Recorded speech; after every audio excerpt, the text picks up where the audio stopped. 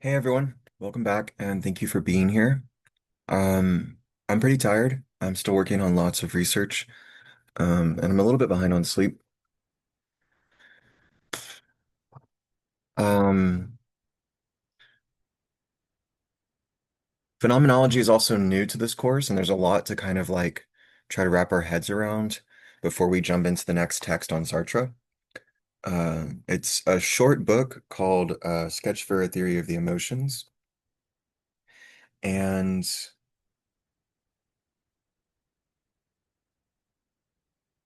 that's where it is, right? Okay,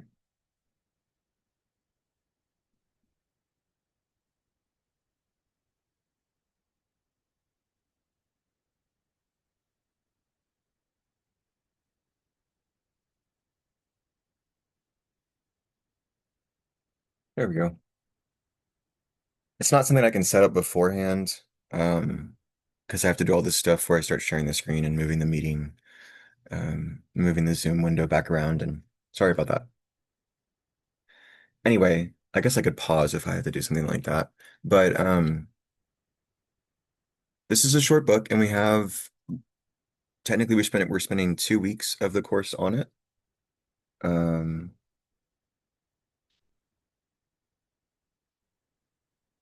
and when I'm recording this, it's still the first week that we are starting to read it, so that's a good time to get this out there. And then in future semesters, it should just launch at the right time.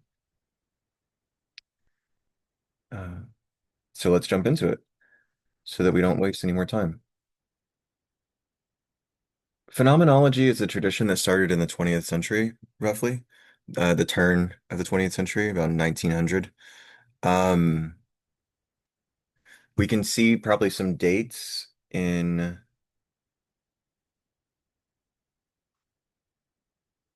um, I mean, I think, so Husserl's the founder of phenomenology, but really it kind of goes before that. It goes,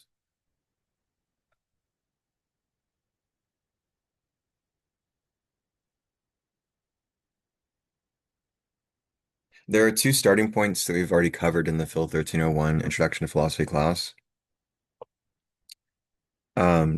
Descartes and Kant. So,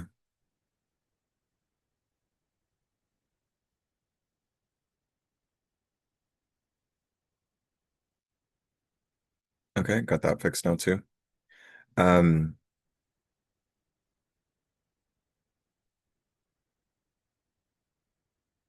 with the particular reading of Descartes that I gave in this class that was especially phenomenological, um, that by the end of the second meditation, um, sensation and perception themselves and the world itself, quote unquote, is given, is trustworthy, and is considered a form of thinking, specifically a form of discernment.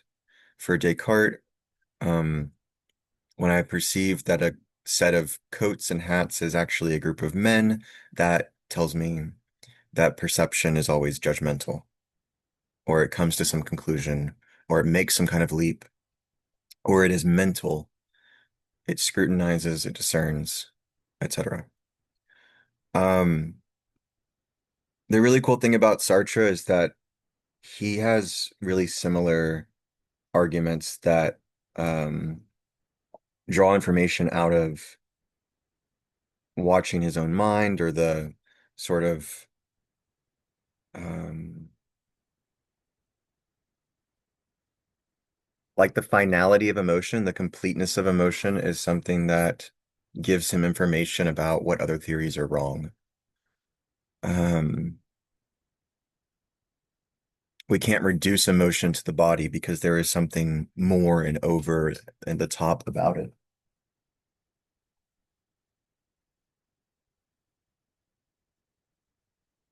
Just the same as there's something more and over the top with consciousness about consciousness itself. Sophia's going crazy. Come here. She doesn't normally scratch like that.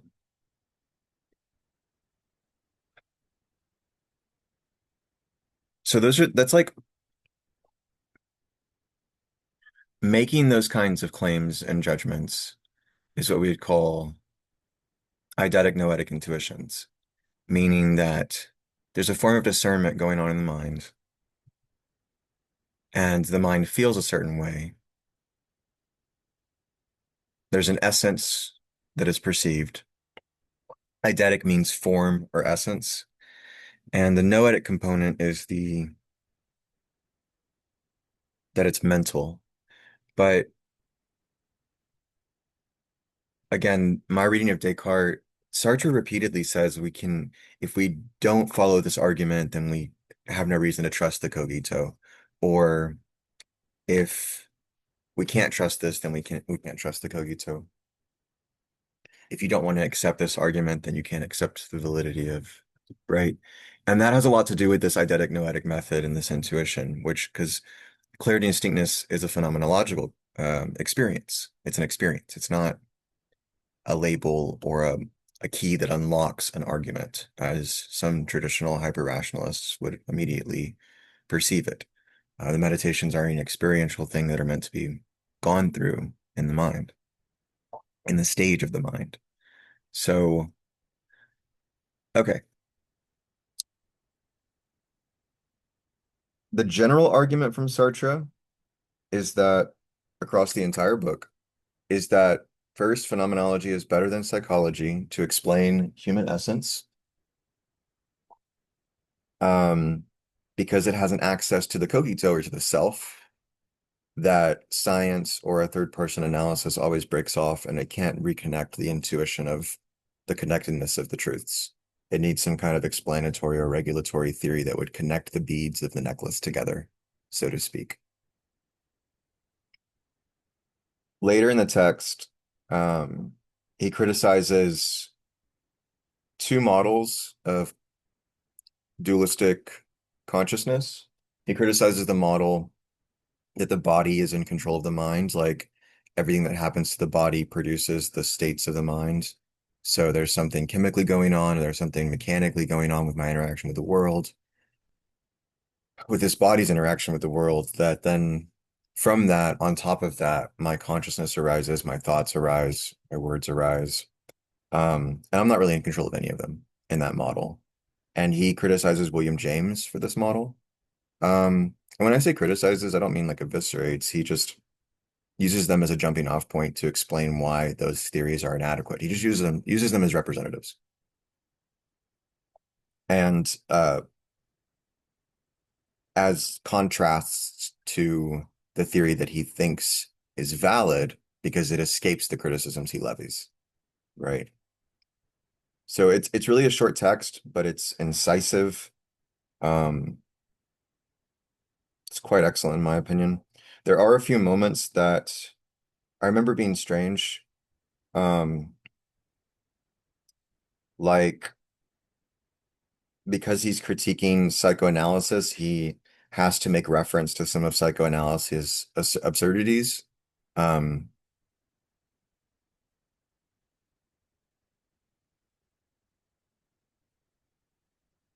and so we'll get to that later, but just like the way that everyday objects can symbolize lewd or inappropriate things for the psychoanalytic theorist, or like Freud always kind of jumped to those strange conclusions. Um, Also a lot of great things about psychoanalysis, like sublimation is a good one. I like Kristeva, but the essentializing can be limiting. Um, it's appropriate, but it can also be limiting.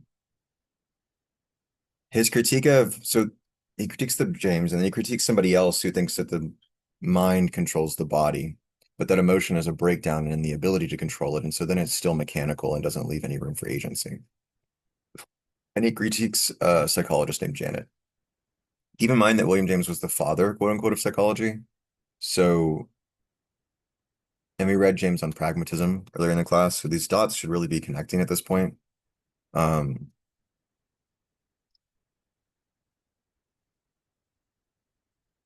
After critiquing James and Janet, he then critiques psychoanalyst, like I said. And a main critique he has for the psychoanalysts is their separation of the conscious perception off from the unconscious, which produces or is responsible for the production of consciousness. And because of the givenness in phenomenology, meaning that all perceptions are trustworthy. Um, and we should talk about Kant for a second here in a minute. Because of the givenness of perceptions, there is no other beyond that we can or should or need to access in order to justify or understand what's happening. So for Sartre, he argues that the signification process must be the transformation itself of the perceptions of the world, basically. So at any given moment, you're perceiving a culminated signified. Um, or through a signifier, you are relating to a signified. But that signification process of relation between the thing that is said, the signifier, and what it refers to, the signified, or the relation that it has to a world that might be true, etc. That, and all of that within the field of consciousness. Because we'll have to talk about thetic and non-thetic consciousness as well.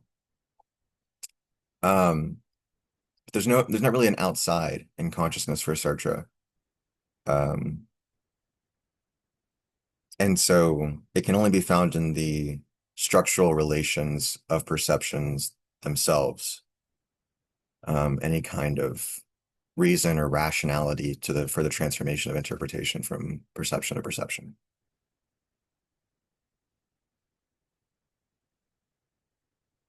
Instead, he makes a distinction between reflective consciousness and non-reflective consciousness, which is basically whether consciousness is turned back onto itself. So it's not on this page. So I wasn't really expecting to pull it up. But we'll come back to it. I'll show a picture of thetic I drew it like a diagram. But thetic consciousness, Thetic, is the delimited focal point of your perception, where your attention is resting, basically. And when your attention rests on itself and refers to itself, it's looking at its perceiving function, then it's reflective. So Sartre doesn't think that speaking needs to be reflective. He doesn't think that writing needs to be reflective. Writing, in fact, is usually impossibly non-reflective because there's only so much you can say about saying things about writing. You see them. And so most of what you do is going to be non-reflective. He has a kind of confusing paragraph. It makes sense if you understand the distinction back and forth between the two, where he talks about like um, the process of problem solving through like enacting reflected considerations in non-reflected ways. Reflective, but reflected is a good um, verb to use to think about reflective because it does mean that, like coming back onto itself.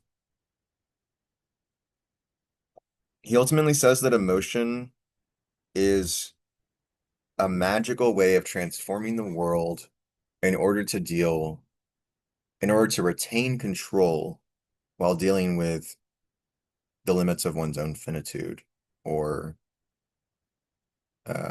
impotence, like what you cannot do. And so even joy can be like this. Like when he says when you get excited to see a friend, it's because you want to immediately have, on the whole, access to that person's like intimate character because you love them. And whether they're, coming in 2 weeks or they're already here, you never get that whole access. You get this experience at dinner with them, and then you get the next lunch or whatever a few days later. Or if they're visiting town, you're probably seeing them more than that. But excitement, then, I think he calls it joy, is a way of getting magically pretending to have the whole, at least. One of the things he says is it neglects the labors that would be involved in sustaining the actual relation to the object, or the not the object, but the person.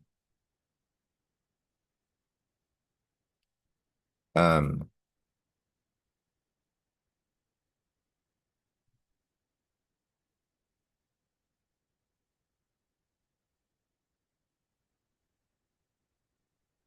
it is thus, for example, that a man to whom a woman has just said that she loves him may begin to dance and sing. In so doing, he turns his mind away from the prudent and difficult behavior he will have to maintain if he is to deserve this love and increase it, to gain possession of it through countless details, smiles, little attentions, etc.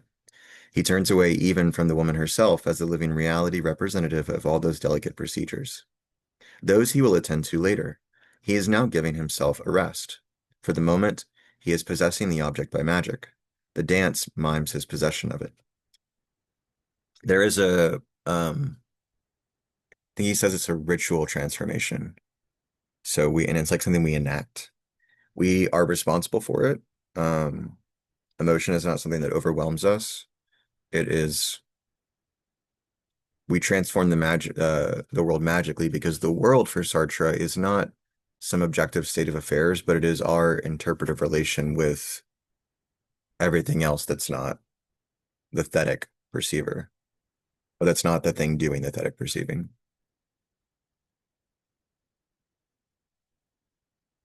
Um, he discusses other things like fear and anger,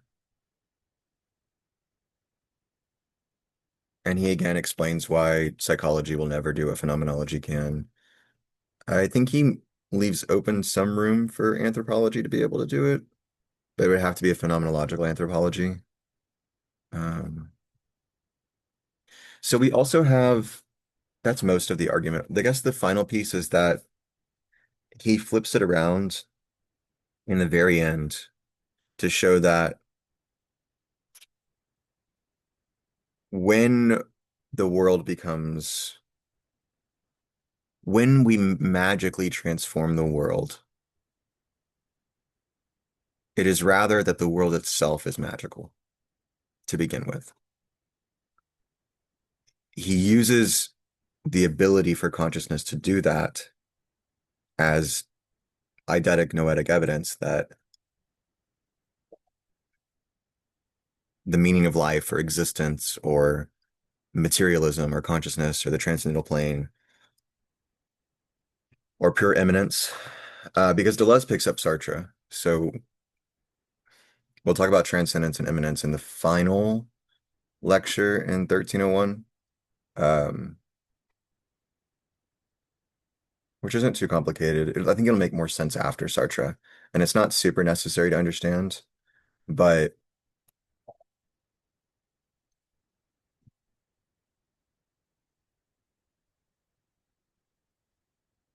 in a transcendental structure, things are separate and usually hierarchized with structures of dominance. It's usually very vertical.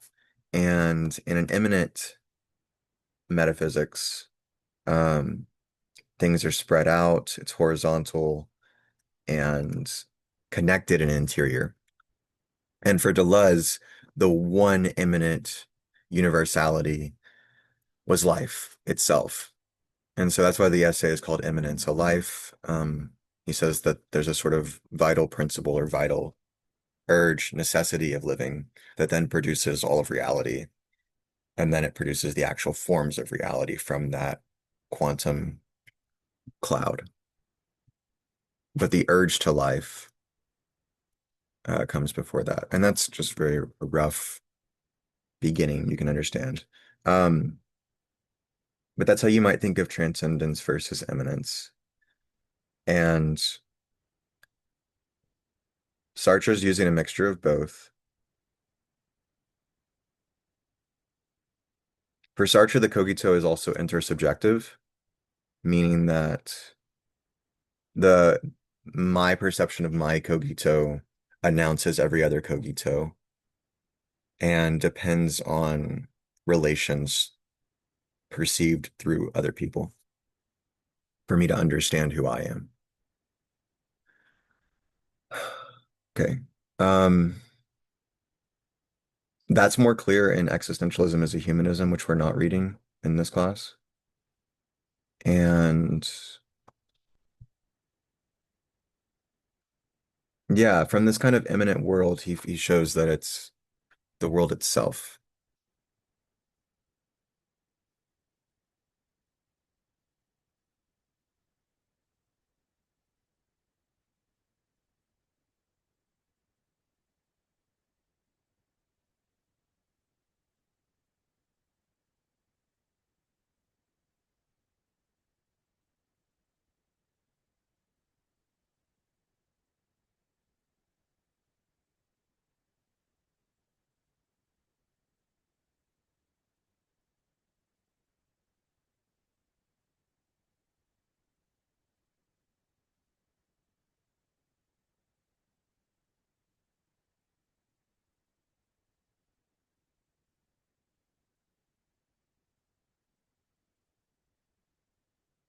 One way that he wants to show also that even though we're responsible for our emotions,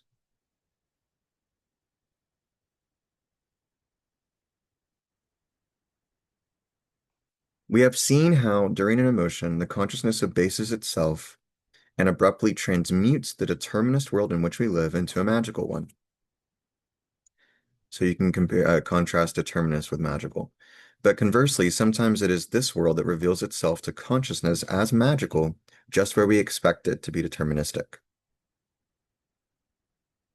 It must not indeed be supposed that magic is an ephemeral quality that we impose upon the world according to our humor.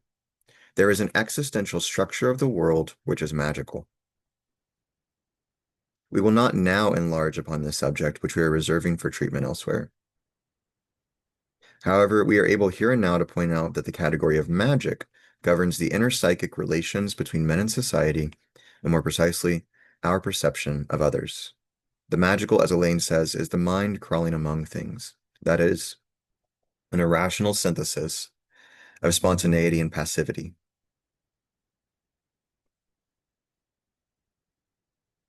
A little bit further down,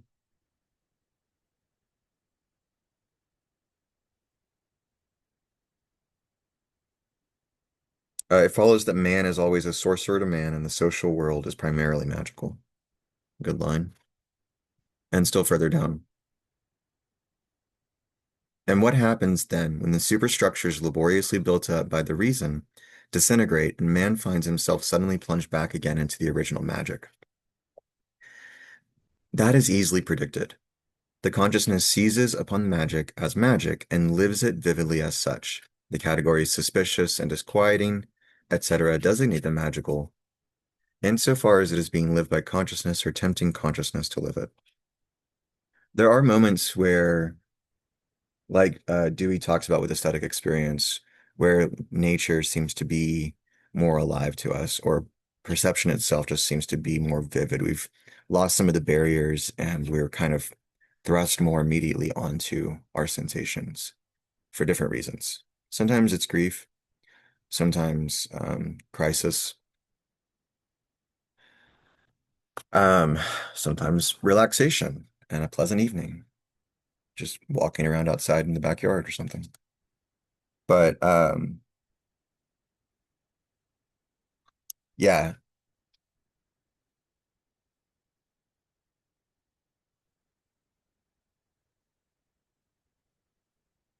consciousness seizes upon the magic as magic and lives it vividly as such. All right.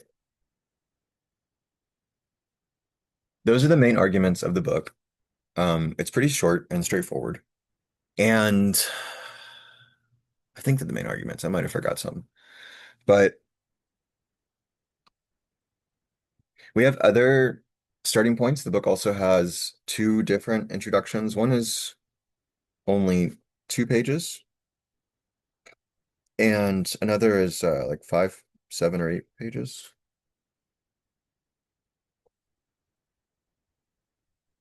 Yeah, 8 pages.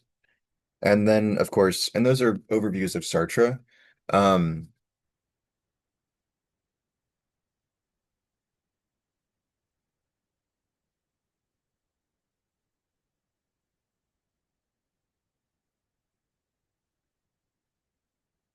I do want to go through this long. It's not that long. It's only 4 pages long. It's an entry from the Johns Hopkins Guide for Literary Theory and Criticism from 2005 on phenomenology. It's a really comprehensive overview. Um, it has a lot of stuff that will enrich a reading of Sartre, but Sartre's phenomenology does not depend on a lot of these formal procedures. He has the right eidetic grounds in terms of discernment, and he carries a lot of the same principles. Before we do that, let's look at these notes on the whiteboard.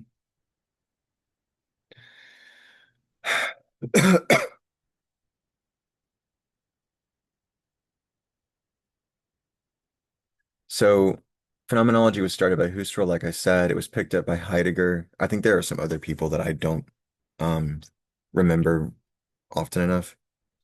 And the 4 page article lists a good number of other people like Bachelard, Ingarden, um,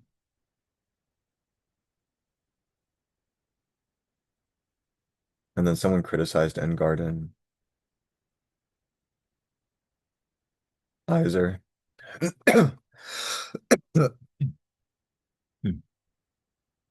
Sorry. But this is like a comprehensive overview of the 20th century, the entire 100-year gambit in phenomenology since it got off the ground. It's helpful. I don't want it to distract our focus on the main arguments of Sartre's text, but um, I think if we go through the guiding questions for like, or the notes on the whiteboard, which are context notes, they're not guiding question notes. And then we read this, and then we read the Sartre introductions. We'll be reoriented back on Sartre in time to start the text again. Because my concern is like putting this like this bibliographic entry overview to in the middle of the Sartre and breaking his argument. If we do it early, it should be fine.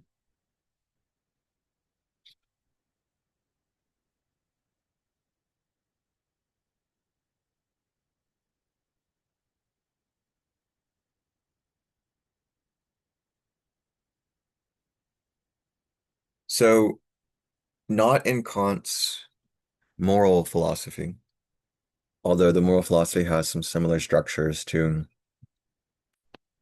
his epistemic or metaphysical philosophy.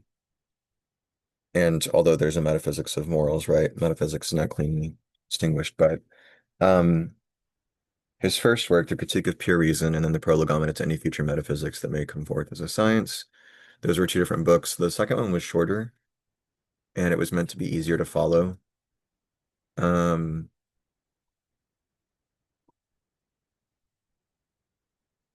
Kant basically uses that kind of the argument that I was making about Descartes having a stage of the mind within which the experience happens that is felt as clear and distinct.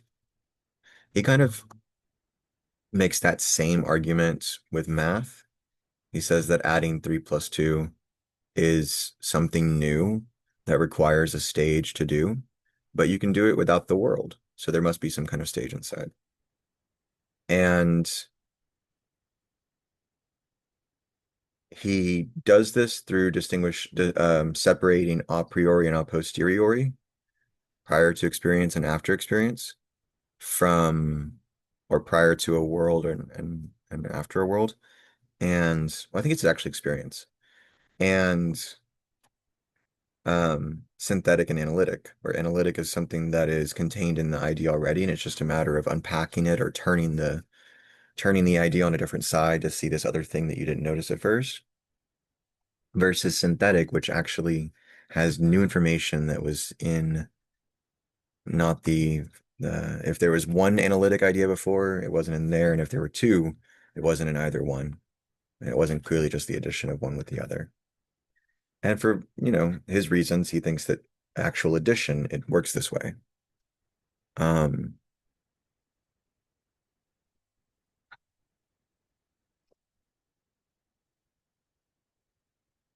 so he separated with this, he also separated, he thought that the mind or my particular mind, each particular mind in a body, like a brain, through perception in a localized place, spreads out space and time.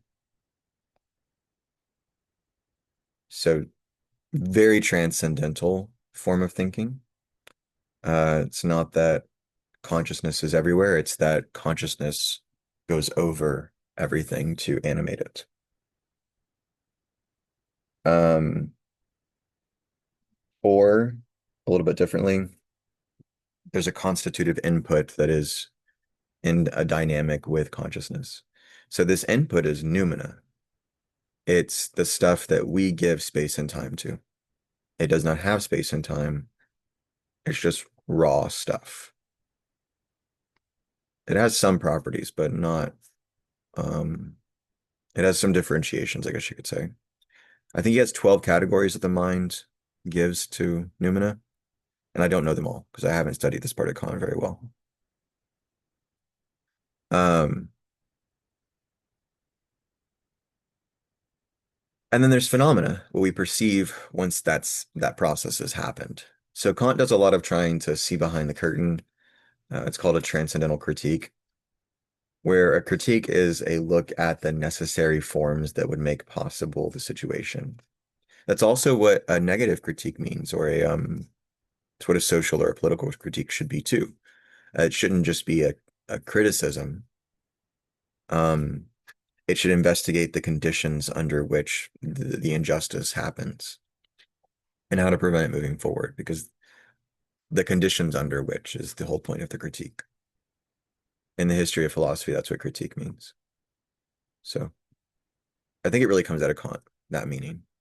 Um, and again, because knowing that 2 + 3 = 5 seems to indicate something about either a stage in the mind or something behind the curtain of that stage that is productive of consciousness. Um, but that again, we can't access, so there's no point in doing it. So then we move to the phenomena to find everything. Kant was not a phenomenologist, but yeah, one jumping off point. I think the Cogito gets referenced by Sartre. It also gets referenced by Merleau-Ponty, and I think Husserl does it as well. I'm not sure who else does. Oh, um, I mean, I was working on that phenomenological reading of Descartes that I gave in my lecture series, and I had a paper that I wrote trying to start explaining some of it because it's just too short to really connect to all these other things. Um, but it was accepted for the Pacific APA, which is be virtual, so it'll be affordable, just registration cost. I'm traveling to the central one, Chicago. So massive honors. The one in Chicago is a poster session, and then the Pacific one is a workshop to get feedback on that paper. So, um, it's really cool. I've never done anything like that. And then yeah, still working on the book review, but the book review is on police brutality, and it's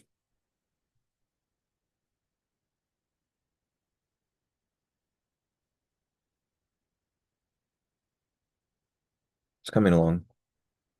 Difficult.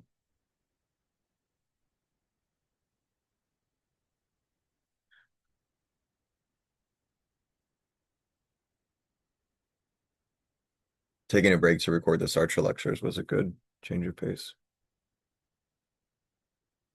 So that's Kant. I guess I'll just read what I wrote on the board. I've said all this stuff kind of. Kant makes a distinction between and separates phenomena or appearances immediately as wholly given to us from noumena, which are things in themselves which we can never access and which do not have time or space. The human mind structures noumena with time and space, and Kant says we can't study metaphysics. Eidetic intuition is the grasping of essences, and eidetic noetic method, image, mind, knowing, um, is similar to the Cartesian cogito, which exhibits clarity and distinctness. And then from that, from even in the third meditation, before we get to God's existence, Descartes contrasts mathematics and anything presently clearly and distinctly perceived, in which the denial of it would exhibit a clear contradiction. So we already have the ground for felt justification for propositions or perceptions.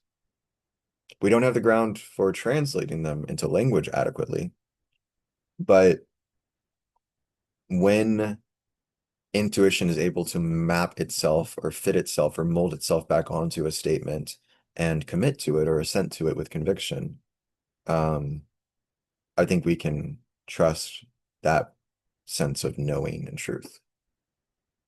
And I think the sweeping insights that phenomenologists make really depend on this willingness to describe experience and to draw insights from, especially Sartre, like I said, the finality of emotion in particular is a felt eidetics.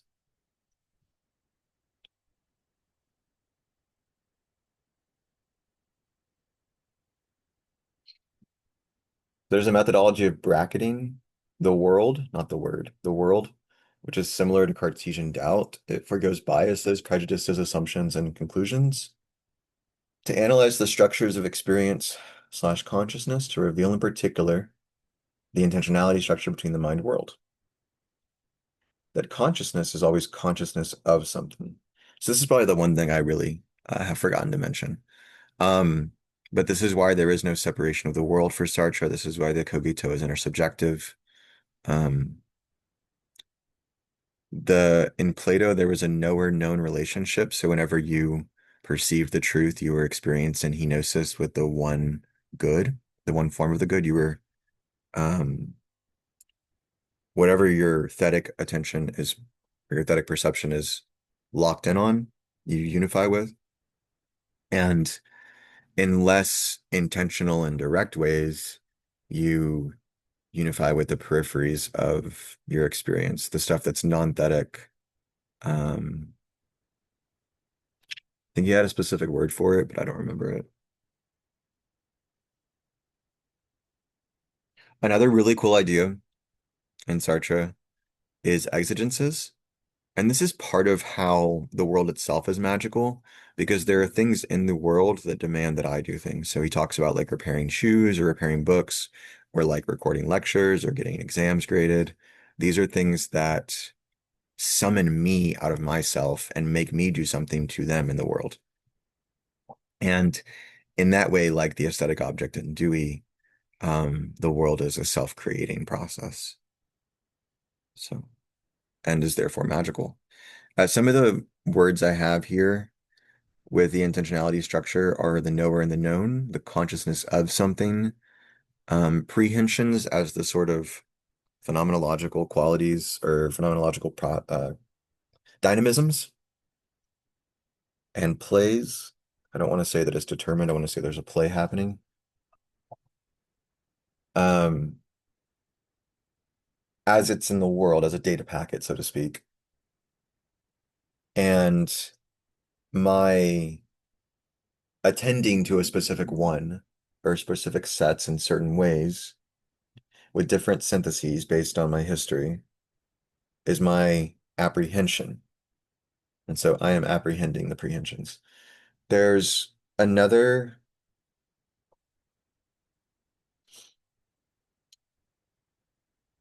apprehensions and prehensions is from Alfred North Whitehead. He's not a phenomenologist. He was writing around in the early 20th century, so around this jump of phenomenology. And he co-wrote the Principia Mathematica with Bertrand Russell. Whitehead was working on process philosophy and quantum mechanical metaphysics that had a unified ontology between experience, perception, feeling, and quantum energy. They were all the same thing for him. Um,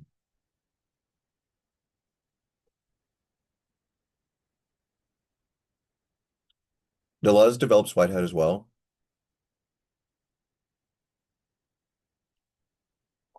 I don't think he does so super explicitly. And also Mitsumi. Mitsumi references him too.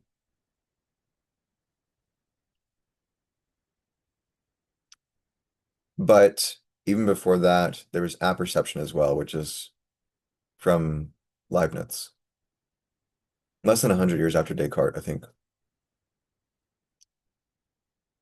Apperception is the perception of perception. It's something we've already described when thetic consciousness is folded back onto itself. But yeah, the word for it in Leibniz is apperception. AP. So that AP part means the reflexive.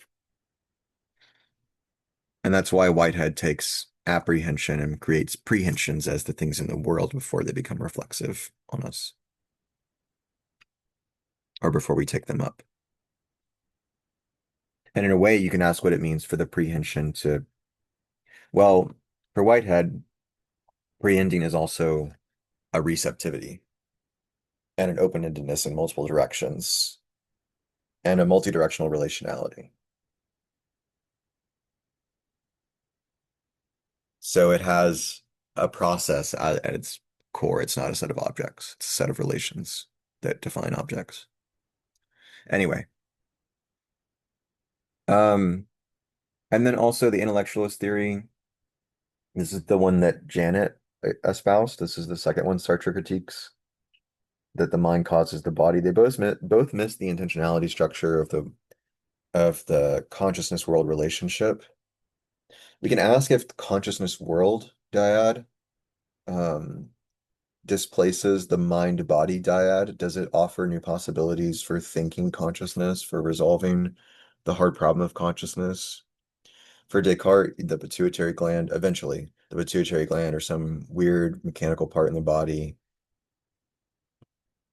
translates or connects the controls between the two substances. But in an immanent structure, there aren't two substances. So does consciousness world offer us an immanent structure, of an immanent monist structure, which with certain contingencies we can also make pluralistic too, like Deleuze's differentiation as the univocity of being, and the processes in Whitehead as the fundamental one thing happening, even though those processes are all idiosyncratic. And then the peripheric theory that the body causes the mind. That was James, and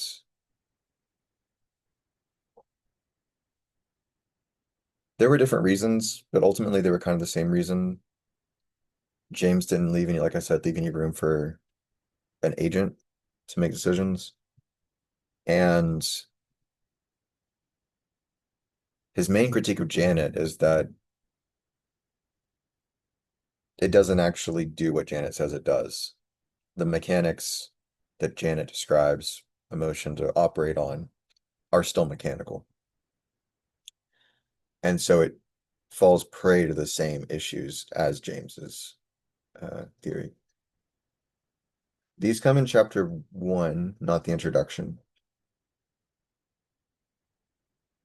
In the introduction, he spends about 14 pages explaining why, like we said before, psychology will not be able to explain all of these meaning of life questions, or why did the person do this, or what's the essence of man? Is man a good person? What's the nature of the mind? It would never get to some comprehensive account of the human mind because it can't perceive the whole intuition. It just has all these different cases. And he makes more specific arguments too. He talks about how facts are always discrete things because a fact is something that by definition is novel. And so since it's novel, it can't be announced by other facts. It has to like change the theory. Um, and so it actually has no intrinsic relation to the other facts of the theory, and therefore it's just actually a set of scattered experiences that don't make sense together without the intuition. He says instead you're using phenomenological intuition whenever you interpret it in some way.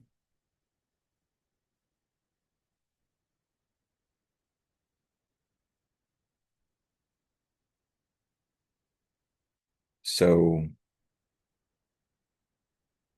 why is phenomenology better suited than psychology to offer a complete account of human reality, of the world as synthetic totality, and of self-conscious subjectivity, i.e. consciousness? Um, can never get from a multiplicity or a set of discrete self-contained facts back to a totality or whole. Would require assuming a principle of synthesis, which would have to be an innate, essential, or known by eidetic intuition, what I was just saying. It also assumes, okay, psychology assumes man and humanity in context from experience and data, and it's unwilling to assume an essence of man. So it's always partial and isolated from the total structure of human with world. Ignores experiences of essences or values and ignores religious and mystical experiences. So there are meaningful data points. The pragmatist would not have any problem with drawing conclusions from these, which is why James is often seen with the continental tradition. I think Bird was the introducer, the one who wrote the introduction that we read that said that. But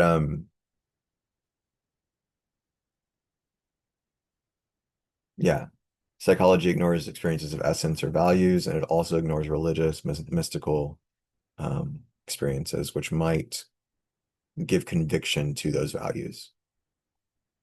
And so you're also like kind of going to struggle to ground ethics if you won't agree with an eidetics.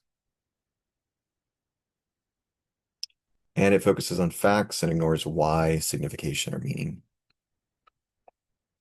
See if the other boards say different things. Psychology starts from scattered, self-contained, isolated facts with no connection to each other that can never get back to the whole, to the totality or the essence. Getting back to the whole theory always requires assumption from innate eidetic intuition, ignores experiences of essences and values as well as religious experience, focuses on what and ignores why, ignores conscious signification of meaning, assumes that man is in context, refuses to assume anything innate or essential about humanity or human nature, uses examples of different humans, but simultaneously isolates the human from their world, in context, but never integrated with the world structure. So that's the big thing here is it's like man at dinner, man at work. And so it's all these partials that it assumes to be the whole, and it never gets the world as part of that relation. Um,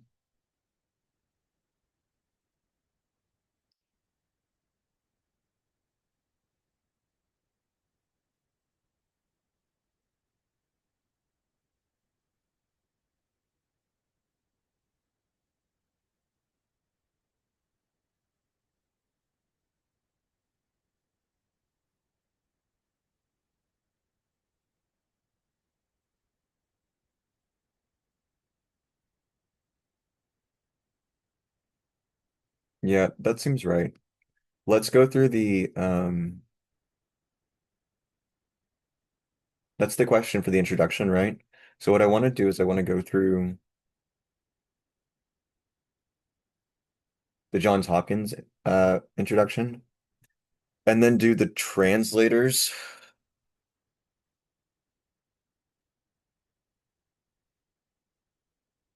or the forward.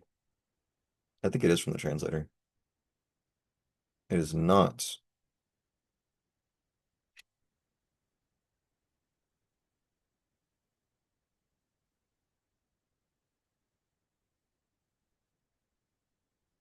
Philip Mairet. Mairet. Philippe Mairet. Okay. So Paul B. Armstrong is the person who wrote this Johns Hopkins Guide entry on phenomenology, and it's for the second edition for literary theory and criticism, and from 2005. Phenomenology is a philosophy of experience. For phenomenology, the ultimate source of all meaning and value is the lived experience of human beings. All philosophical systems, scientific theories, or aesthetic judgments have the status of abstractions from the ebb and flow of the lived world. This was Sartre's critique of psychology. The task of the philosopher, according to phenomenology, is to describe the structures of experience, in particular consciousness, the imagination, relations with other persons, and the situatedness of the human subject in society and history. Phenomenological theories of literature regard works of art as mediators between the consciousnesses of the author and the reader, or as attempts to disclose aspects of the being of humans and their worlds. The modern founder of phenomenology is the German philosopher Edmund Husserl, born 1859 and passed away in 1938, who sought to make philosophy, quote, a rigorous science by returning its attention, quote, to the things themselves. He does not mean, so that's a big phrase in phenomenology, returning to the things themselves. He does not mean by this that philosophy should become empirical, as if facts could be determined objectively and absolutely. Rather, searching for foundations on which philosophers could ground their knowledge with certainty, Husserl proposes that reflection put out of play all unprovable assumptions about the existence of objects, for example, or about ideal or metaphysical entities, and instead describe what is given in experience. The road to a presuppositionless philosophy, he argues, begins with suspending the, quote, natural attitude of everyday knowing, which assumes that things are simply there in the external world. Philosophers should, quote, bracket the object world, and in a process he calls epoché, or reduction, focus their attention on what is immanent in consciousness itself, without presupposing anything about its origins or supports. Pure description of the phenomena given in consciousness would, Husserl believes, give philosophers a foundation of necessary certain knowledge and thereby justify the claim of philosophy to be more radical and all-encompassing than other disciplines. Later phenomenologists have been skeptical of Husserl's contention that description can occur without presuppositions, in part because of Husserl's own analysis of the structure of knowledge. According to Husserl, consciousness is made up of, quote, intentional acts correlated to, quote, intentional objects. The, quote, intentionality of consciousness is its directedness toward objects, which it helps to constitute. Objects are always grasped partially and incompletely in, quote, aspects, Abstraktionen. The Abstraktionen are also adumbrations. So adumbrations is a word for the way in which everything is given on the surface of perception, which also means that all the horizons of possibilities, memories, past associations, and similar objects are on the surface of that perception as well. So anything that is evoked in a perception is what that perceptual object is adumbrating from the rest of your life and the rest of your world. Objects are always grasped partially and incompletely in aspects that are filled out and synthesized according to the attitudes, interests, and expectations of the perceiver, based on your past history and whatnot. Every perception includes a horizon of potentialities or associations or memories that the observer assumes on the basis of past experiences with or beliefs about such entities will be fulfilled by subsequent perceptions. So also the way in which former failures and successes will determine how you carry yourself and what you expect of the world. Extrapolating from Husserl's description of consciousness, Martin Heidegger, who was a Nazi who ratted on and was responsible for the death of colleagues, argues that understanding is always ahead of itself, projecting expectations that interpretation then makes explicit. In the section, quote, understanding and interpretation in being and time, Heidegger argues that inherent in understanding is a force structure of assumptions and beliefs that guide interpretation. Being in Time was important to Sartre, who read it while in a German prison camp during World War II. So we're going to read that in the foreword, um, as well as in the first two pages. And actually, these two introductions we're going to read, they contradict each other. So they're written by the same person, though. But he has different information, so I just always think that's interesting. Um, he gives two different times at which Sartre would have either written this text or read Being in Time. I'm not sure exactly what the contra I don't remember the precise contradiction. We'll see it in 20 minutes or so.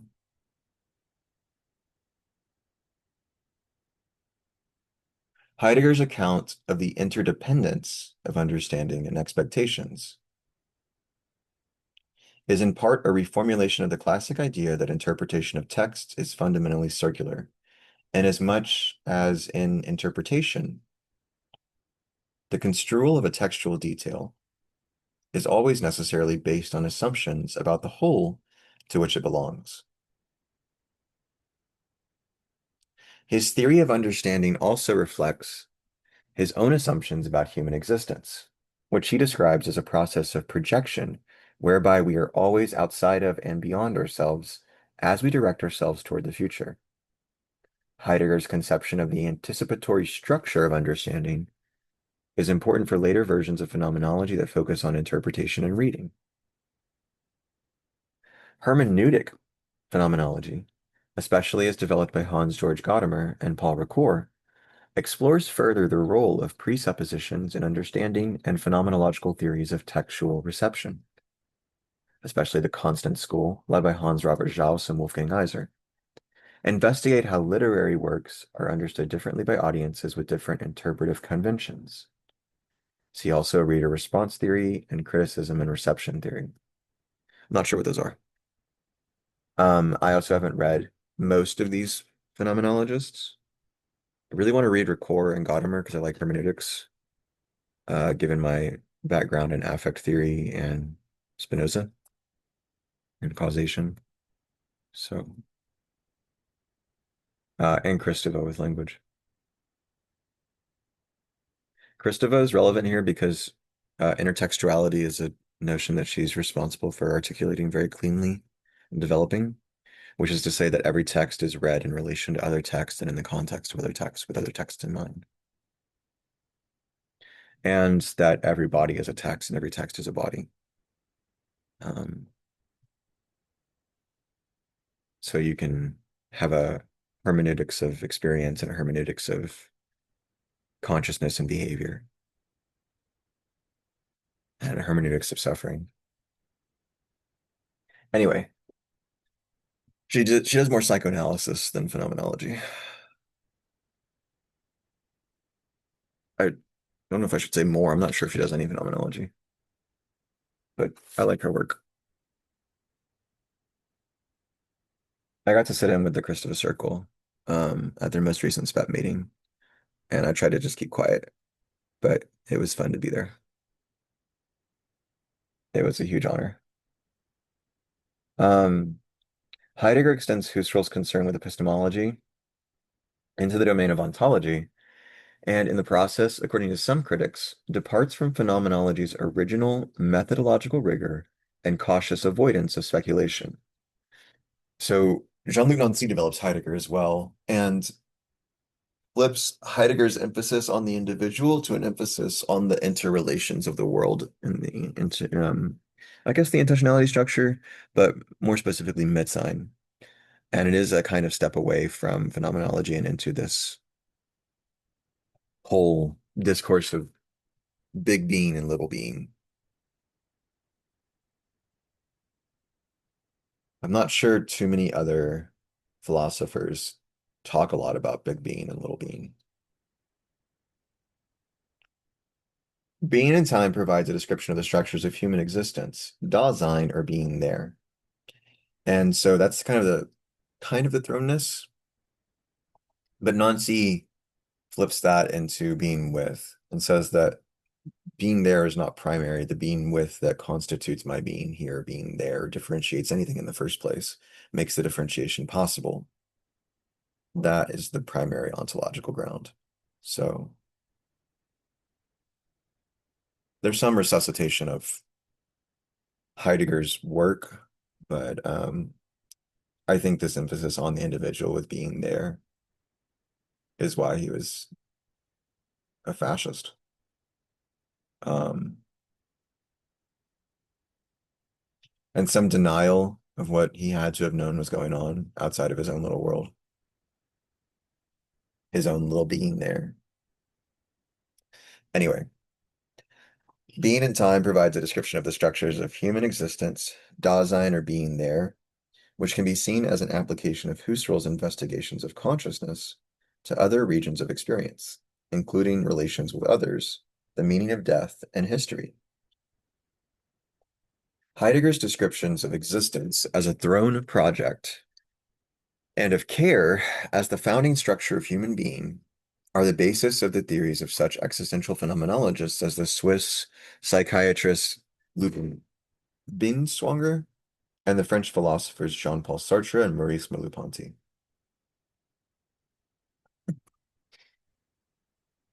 Heidegger's own conception, Being and Nothingness by Sartre might talk about big being and little being. Heidegger's own conception of human existence is guided by his concern with the, quote, ontological difference, the relation between little beings and big being. He defines human being as that being for which big being is an issue. Although he also finds that, for the most part in everyday life, the question of big being is neglected or forgotten.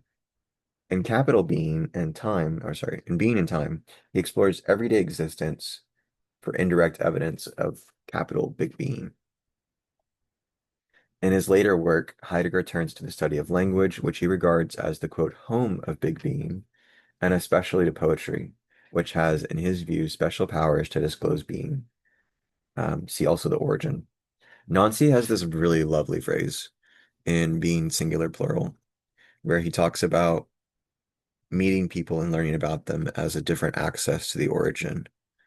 And he calls this an affair with the origin. It's a sort of repeated differentiation where we get to learn more about the nature of life and other people and the diversity of life, as well as ourself through repeated encounters. If you're not following the screen and you've never heard of big being and little being, the big refers to the capital or lowercase b. So it's like lowercase b for little being and then capital B for big being. And it's in some, I don't know a lot about it, but it's some reference to particular individuals versus the entire shared living world, the entire existent thing. Merleau-Ponty, 1908 to 61, 53 is young, retains many of Heidegger's existential analyses, and he wrote a lot by 53. Retains many of Heidegger's existential analyses, while rejecting his metaphysical speculations. He also corrects the early Husserl's tendency toward idealism by insisting on the primacy of perceptual experience and the ambiguities of the lived world. In his most important work, Phenomenology of Perception, 1945, so 6 years after the sketch for a theory of the emotions, Merleau-Ponty situates consciousness in the body. His notion of perception as the situated, embodied, unreflected knowledge of the world rejects splitting the mind off from the body or treating the body mechanistically as a mere object. Consciousness is always incarnate, he argues, or else it would lack a situation through which to engage the world. And Merleau-Ponty's awareness of the necessary situatedness of existence makes him emphasize the inescapability of social and political entanglements in the constitution or formation of subjects. The experience of embodied consciousness is also inherently obscure and ambiguous, he finds, and he consequently rejects the philosopher's dream of fully transparent understanding.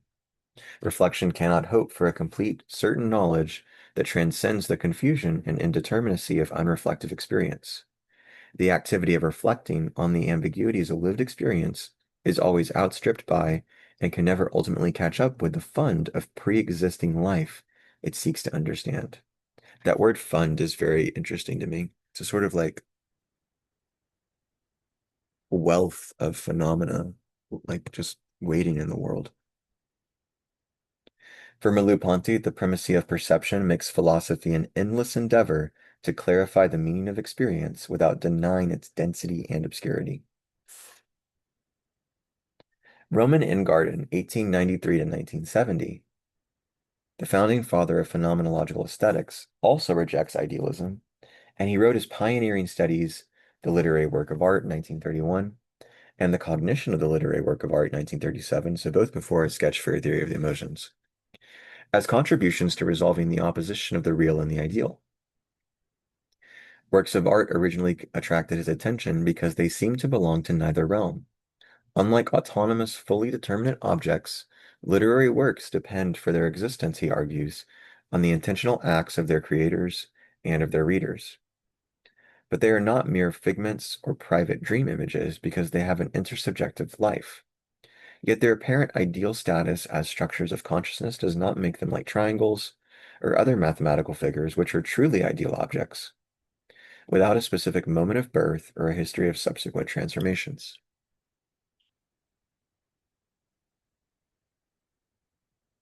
Ingarden describes a literary work as an intersubjective, intentional object. It has its origin in the acts of consciousness of its creator that are preserved in writing or through other physical means, and these acts are then reanimated, although not precisely duplicated, by the consciousness of the reader.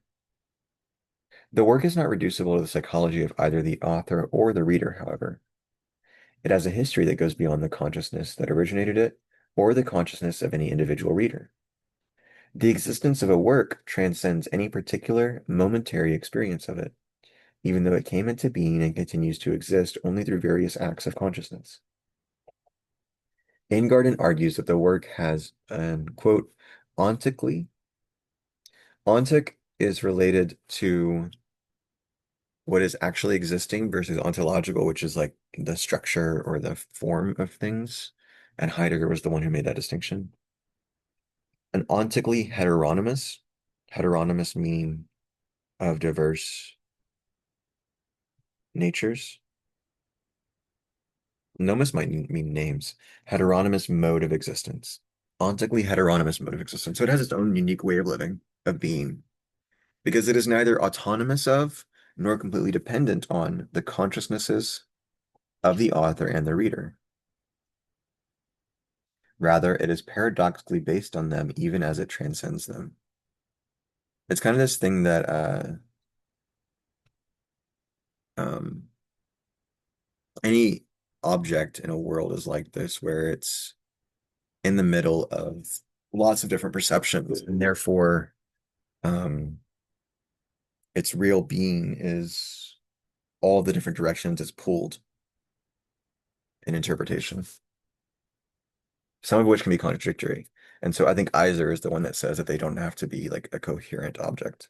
It can be a more contradictory one through incredibly diverse interpretations. Ingarden finds that the literary work is a stratified formation. It comprises four related strata, each of which has its own characteristic value qualities.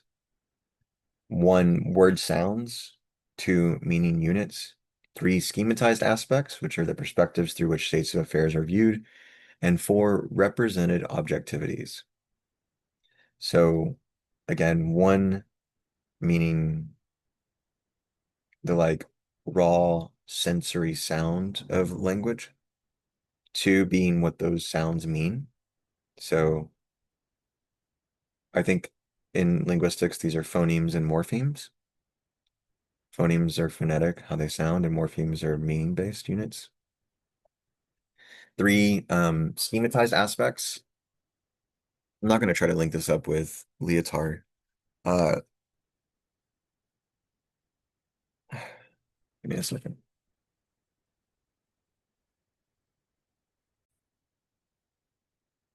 I looked through it for a minute. Um, it was interesting to see that he actually makes reference to Husserl and eidetic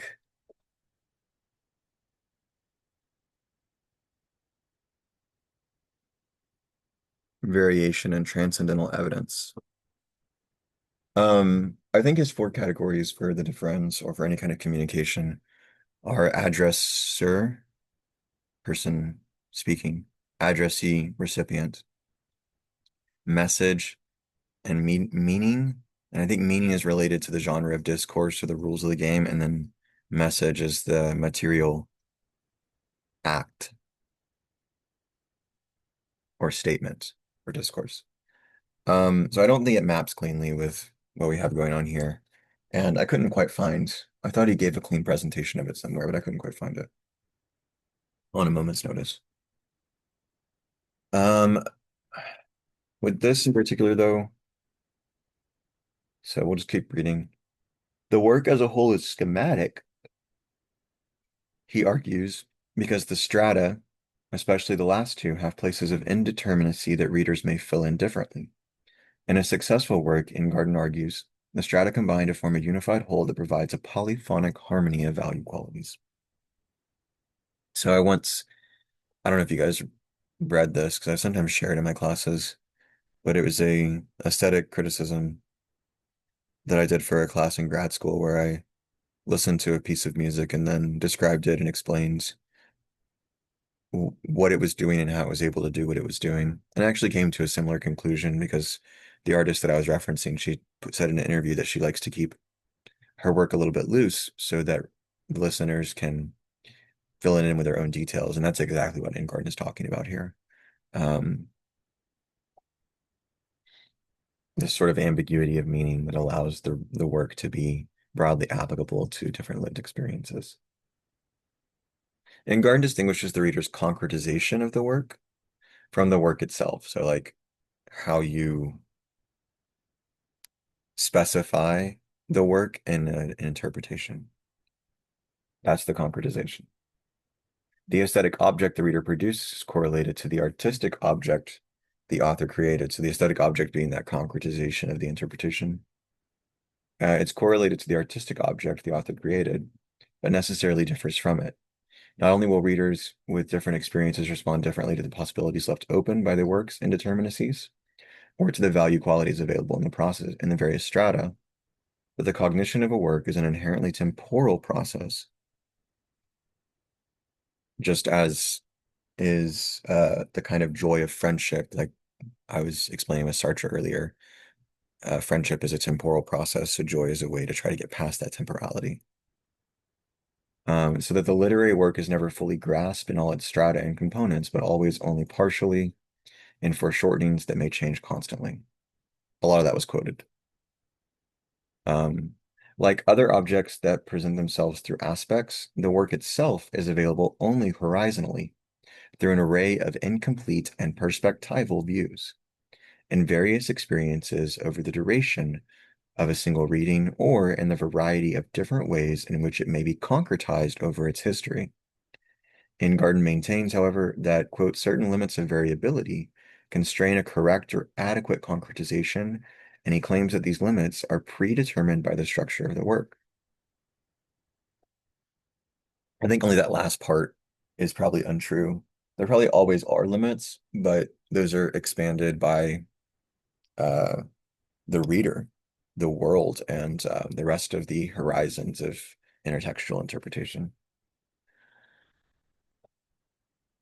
Ingarden has been extremely influential in the development of phenomenological reader response theories, but his views have also been subjected to extensive criticisms and revisions, particularly by Wolfgang Iser.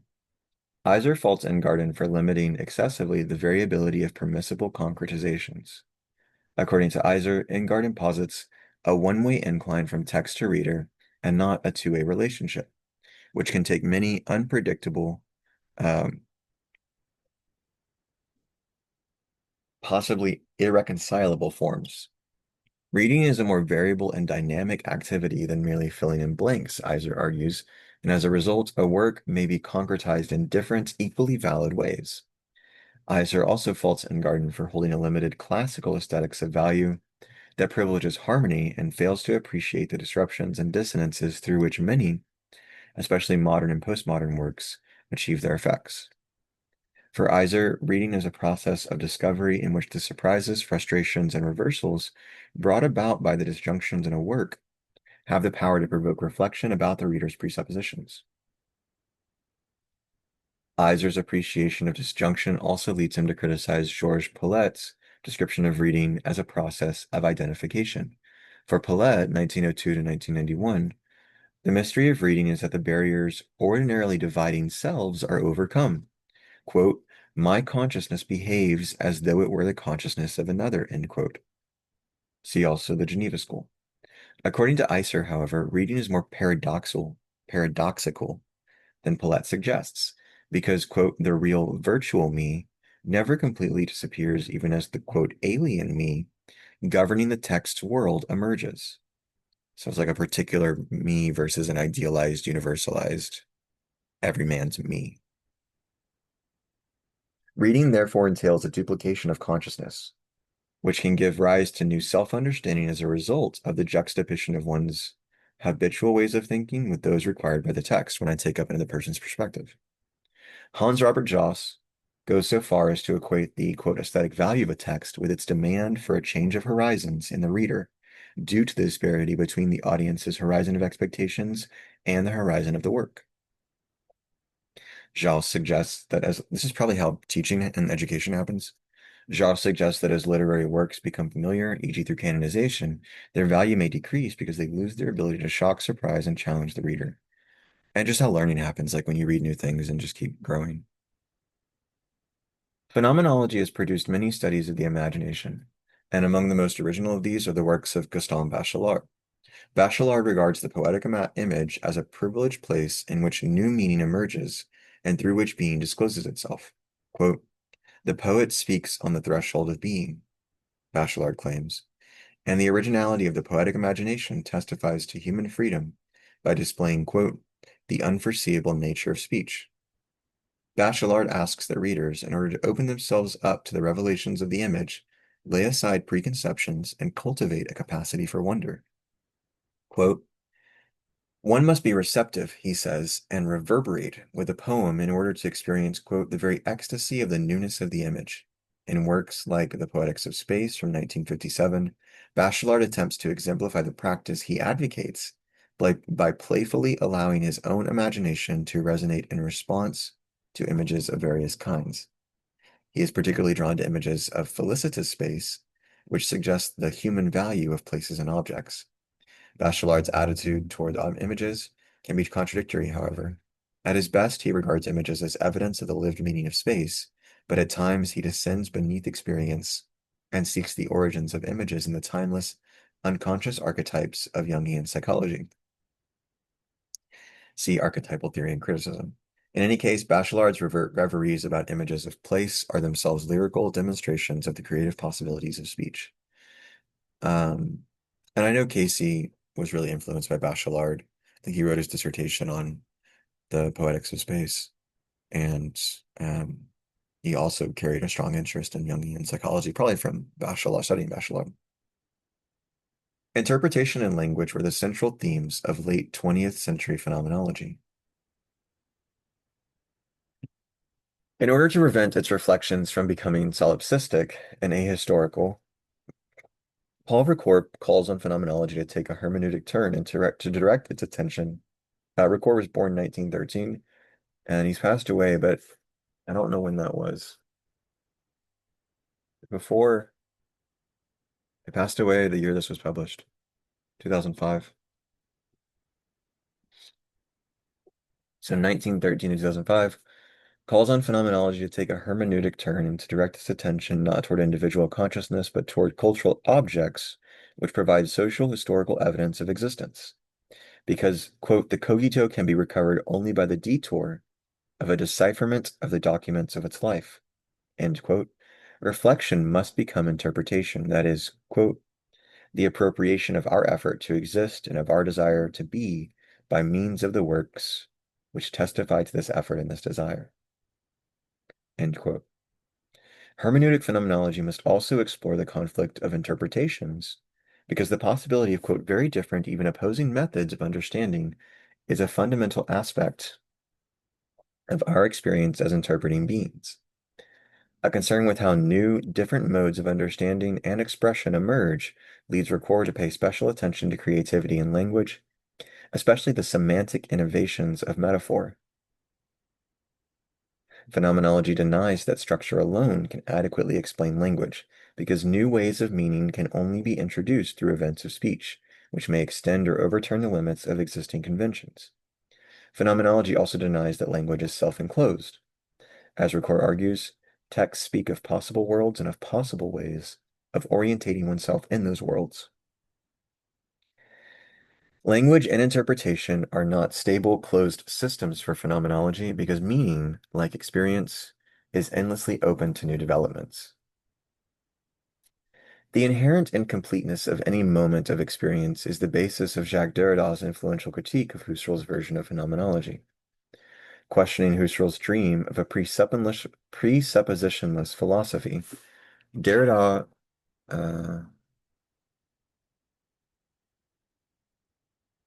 1930 to 2004,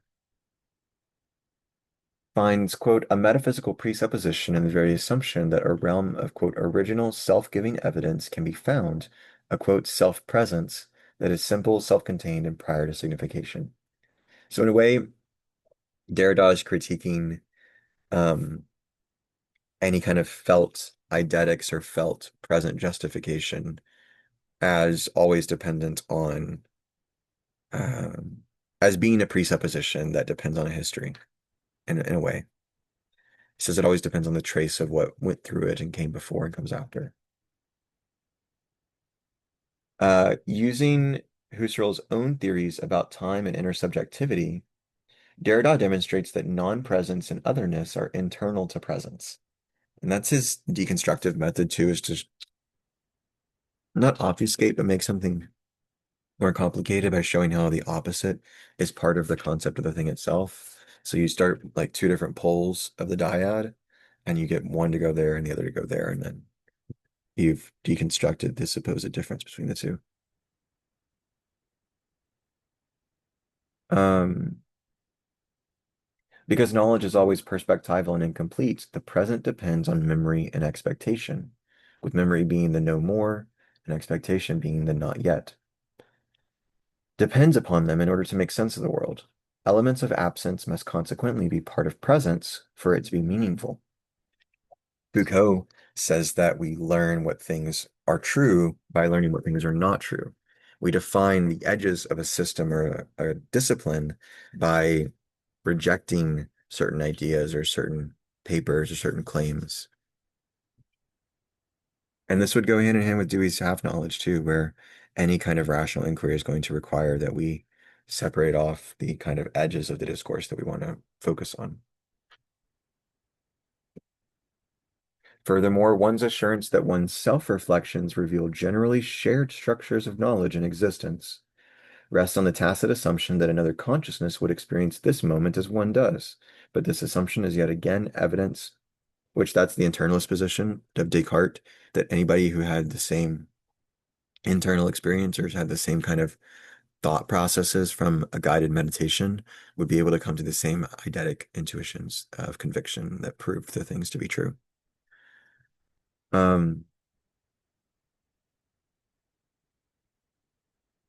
But this assumption is yet again evidence that the presence of the self to itself lacks the self-sufficiency Husserl sought in his quest for a solid foundation for philosophy. According to Derrida, Husserl's commitment to a view of knowledge as necessary, certain, and guaranteed by indubitable intuitions prevented him from recognizing the falsity of this ideal, even though his own theories about consciousness and experience implicitly contradict it.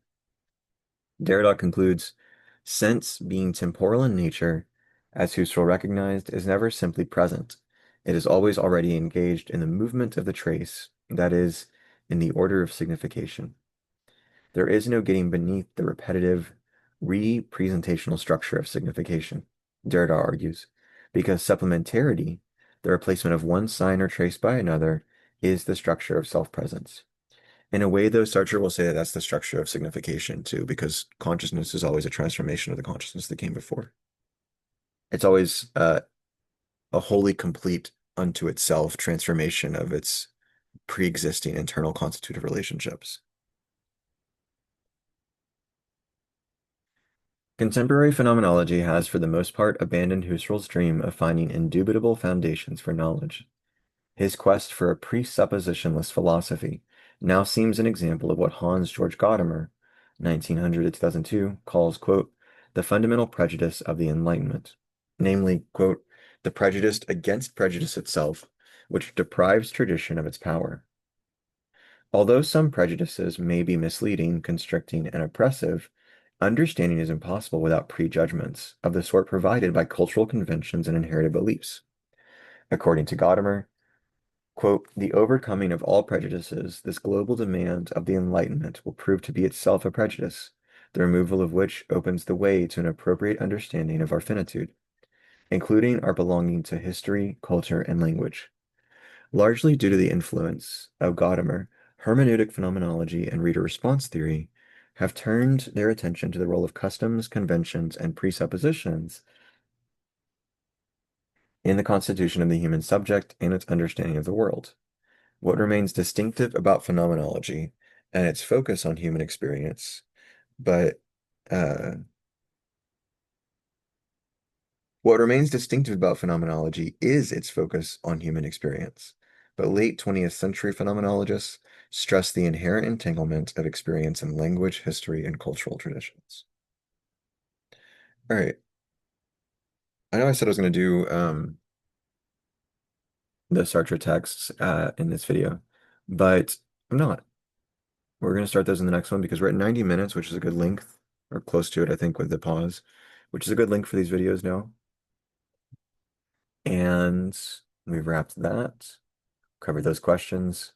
And starting the next video, we'll jump into this short little 2-page forward and then that 8-page forward. I don't even know if the word count is all that different because it's much bigger words. Um,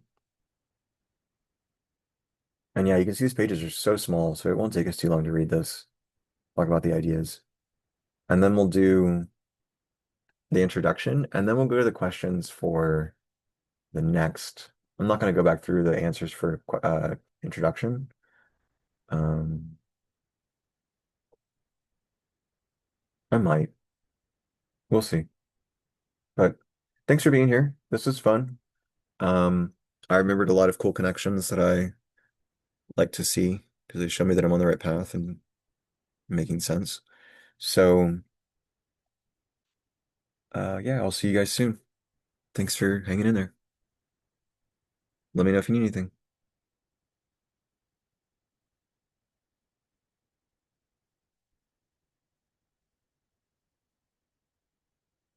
Yeah, the animals are resting, so no tax.